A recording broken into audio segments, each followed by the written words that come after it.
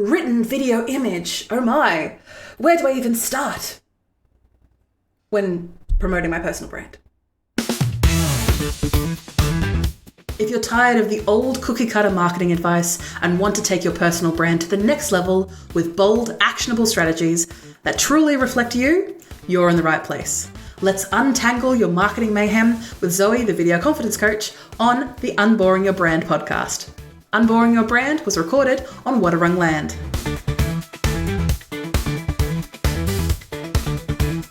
Yes, welcome to the podcast today. And today we're going to answer a question from a bigger context that I had with a potential client called Gemma. So I'm going to say hi. Don't worry, I'll follow you up soon enough. So the question that we had specifically was, when it comes to creating content and specifically creating content for a personal brand. So what I mean by creating content is the way of marketing yourself and allowing yourself to become that industry leader, that industry thought leader when it comes to the area that you want to focus your personal brand in. Because ultimately, remember, your personal brand is not for you, it is for your audience. It is for the people that you serve and the people that you help. So in turn, you need to be able to both draw their attention in to make sure that you can actually serve them and help them over time, but also allow yourself to be able to give yourself some focus and some guardrails when it comes to creating content. So what I mean by creating content is it could be anything from creating videos or podcasts like you're on now, or written blogs or articles, or generating images for social media. It's a lot of different, perplexingly, a lot of different things. And for people who are starting out, or maybe someone who has, for Gemma's case, and excuse me if I say this for you, Gemma, you kind of stumbled into your personal brand. It was clear that you had a reputation in the space that you're working in, and you kind of just stumbled into the realization that, oh, right, I have a personal brand. I should probably do something about it or do something with it, especially as you are reaching that point where you're thinking about retiring. So as you're doing that, you're like, so don't worry, that's why we're here and that's what we're focusing on today. So the context for this question that was, what feels most natural for you to create is the question. But it was more about like, what type of content should Gemma, or in case you, as you're listening to this podcast, or watching, hopefully, is what is the best way to share my brand message? And that's usually a question that I get a lot outside of the really basic questions of like, how long should my video be? Or how do I do a video without showing my face?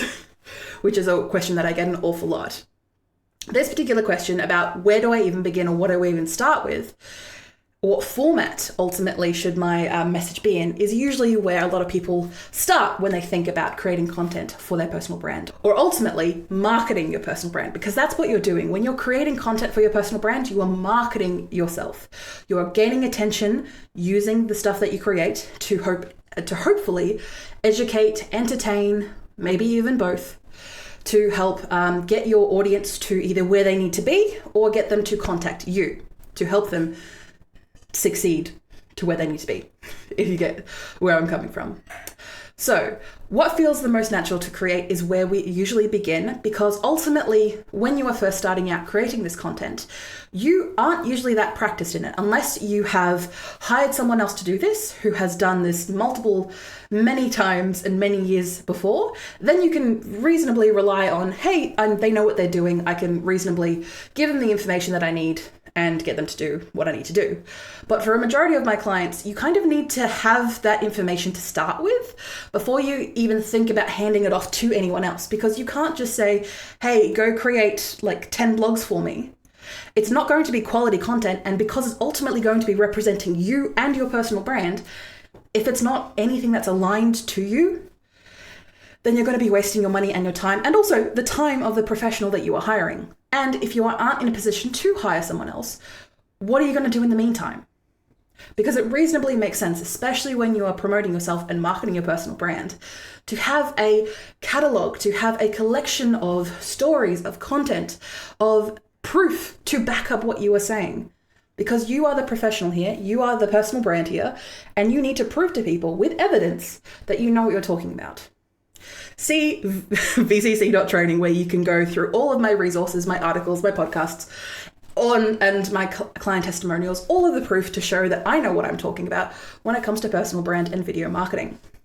So scrolling down. A lot of people, when they come to me first, they think of the end of the story. They think about the format that idea should take, the story should take. They like to think of the container that story is going to go in. What I like to remind people is thinking all the way back to the story itself. What is the message that you want people to resonate with? What do you want people to know about your story, or a story that maybe you have experienced in the past that will resonate more with them to help them with a solution or help them deal with a problem that they're having? The format is all the way at the end. How you actually go about displaying that story is all the way at the end. First off, what you need to do is make sure that you write this down, or you maybe record yourself even with a mobile video, or maybe a voice recorder. I've recently got mine out, my like little machine that I purchased back in like 2009, and it was a voice recorder that I used to record videos. So I used to record audio for videos, and I think it was like $60, and I now use it as a voice recorder to be able to help me get my notes out of my head without the use of opening my phone and distracting myself. I digress. So what I do is I make sure I get that story out of my head. I don't think about where it is going, what it is doing, what format it's taking. I just get the story out of my head. Thinking about what messages that it resonates with, who this will have resonate with, who will it be for? Again, ultimately, who is the end piece of content, the end story for? And then once we have the story, we can start thinking about how we start implementing it. Now, as you can imagine, this type of method requires you to maybe have some stories, but I'm sure if you start talking with an old friend, a family member, or even an old colleague of yours, those stories will start flowing. I'm going to tell you now. So take that opportunity to just record either conversations with their permission, of course, to be able to get those stories again out of your head and into something tangible that you can then hand off to someone else if you're paying them, or in the opportunity that you're doing yourself, be able to reflect on those stories and those messages. And ultimately, when it comes to the format end, so now we're jumping to the format end because we've already got a story, we've already got a message, or probably in your case, a wealth of messages and stories, we're able to think about what comes naturally to you.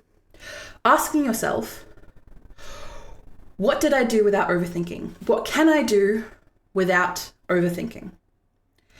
Now, this will help you as the type of personality, the personal brand that you are. This will help dictate the type of content that you ultimately create. Now, if you like to talk things out loud, so if you use the method to actually capture your stories of recording your voice or recording your self speaking the story to a camera, for example, maybe that might lead you down the path of YouTube, of podcasts, of video podcasts, of turning that content into a series of videos on a podcast, maybe an FAQ section. Again, all of these formats can get really into the weeds, as you can probably understand with what I'm saying. But then being able to see that, okay, what I find natural and what I find easy to do, I'm honestly going to find easier to do, and in turn, do it more often. If you are someone who loves writing and finding it easy to, clackety-clackety-clack on a Google Doc or a Word document, or if you are someone who likes to write down your stories by hand, it might take a little bit of time to actually transfer those words onto a digital format, but you can use things in that form and container, like a blog, like a newsletter, like social captions, like like articles, like guest articles on other people's websites or platforms. You can use the written word to your advantage because you enjoy doing it, and you will definitely do it more because you enjoy it. And if you are someone who is obsessed with design and visuals, maybe you are someone who is more image-led. So, for example, you might find your content more easily sways into the bucket or the content format of carousels, infographics, or stylized photos that help tell your story. Yes, you might need either a video or an article to support that content, but starting with what is easier for you allows you to get the things done without feeling overwhelmed and feeling like it's just another chore on your to-do list. Because it's not about what everyone else is doing, especially not what everyone else is doing in your industry or space. It's about what you'll keep doing consistently. Because again, it is your personal brand. You may not be doing it for yourself, but you are the one running the engine. Speaking of running the engine, keeping your energy levels in check. So being honest with yourself and being honest with me, because I am your marketing coach for this session. What brings you light? What brings you fun? And what is the opposite of pulling teeth for you when it comes to creating something? A lot of the people, well, to be honest, I'd say 99.9% of the people I work with are creative beings. Are beings who use their imagination freely and consistently. So if the idea of filming a reel for Instagram or TikTok, if that's still a thing, and it just wants you to just put it away and take a nap, then obviously don't start there. Don't work with the format that is going to cause you harm or force you to put away the phone or the laptop or the computer and scare you, essentially, breach your comfort zone to the point where you're not feeling like doing it again. Because it goes against what feels sustainable and what you can do consistently for your brand. And it will also help you not burn out in 2 weeks. Because if you do something that you don't like, for any of us who have worked a 9-to-5 or who have worked in corporate, when you're being asked to do something that you don't want to do, you end up hating the job. And when it comes to your personal brand, no matter what, you are the driving force. You are the one thinking of the stories. You are the one putting things together most of the time. If you are privileged enough to have some capital or resources behind you that you can hand it off to a staff member or a contractor or what have you, awesome. You are still the one paying for that because ultimately you are the one betting from that because it is your face and your brand. So in turn, you need to be the one running that engine. If that feels positive for you. So keeping in mind that no matter what option that you choose, being consistent matters because your message will travel. That brilliant idea, that story that resonates so heartily with everyone that you work with, can shape in a few different ways. If you record a quick video, that's great. You can also use that video and you can run it through a multitude of programs to get a transcript of it and then help you write a blog. Yes, you're doing a different form of media that may not exactly resonate with what you initially started with, but you're doing it in a way that's easier for you to do. You can even start with a written post or a blog post and then take out certain quotes and put that into graphical titles or into infographics, breaking down these complex ideas into visual graphics, I should say. I was going to say art. One idea can become many. One video can become 5, 6, 8 pieces of content. Boom, you have something that is perpetual, that is ongoing, and is able to reach those people. So say, for example, the people that you are there to help and that you are there to serve may not be the type to watch a video or to listen to a podcast, but they will read an email from you. They'll read an email newsletter from you. They'll read a blog post from you, an article from you. Or maybe you appear in one of their preferred newsletters or newspapers. I'm pretty sure they're still a thing. In those moments, you then build that credibility and that knowledge. So then when they hear that story for you, it may be a story that you yourself are bored with and you've told thousands, countless of times, but they have not heard it. And in turn, they will take action because they saw it in a place that they're comfortable with, they're familiar with, and ultimately they trust. And that trust will then get transferred to you. So in that method, I want you to ultimately remember, no matter what you do or whatever you find easy enough to do and consistently easy enough to do, is not forget who you're talking to. Ultimately think about the audience, think about the potential client, think about that customer avatar, as we like to say, who is ultimately the person that you are serving, that you are helping. What format will your audience actually watch, read, or engage with? And if it's not necessarily the one that you find the easiest, is there a workaround? Is there a trick? For example, like recording that video, turning it into a transcript, and turning it into an article or a blog. There are ways to get around things. Everything can become everything else. You can always repurpose content that you've done in the past because it has worked. If your crowd loves TikTok or Instagram Reels, the vertical videos, and they are like, maybe it's worth trying it out and maybe still having an aspect of learning to it. May not be your favorite thing to do, but say, for example, trying something in smaller doses if you're not a fan of it, or something that, again, working around those tricks. What can you do creatively to meet the expectations of your clients? And even if something may not be directly linked to what they like or they prefer, maybe showing them an alternative that actually ticks all their boxes. Actually shows them, because say, for example, there's a lot of people that I work with who say, oh, I can never get any of my people, like any of my fans, any of my clients to read anything for more than more than 2 paragraphs. Well, all we did was change the formatting, and then people started reading. They found the nuggets of wisdom and started emailing her back and going, hey, I had this experience too when I was younger. Or there was this conversation that started. All we did was because we changed the format of how it was written out. It wasn't just large swaths of text on her website.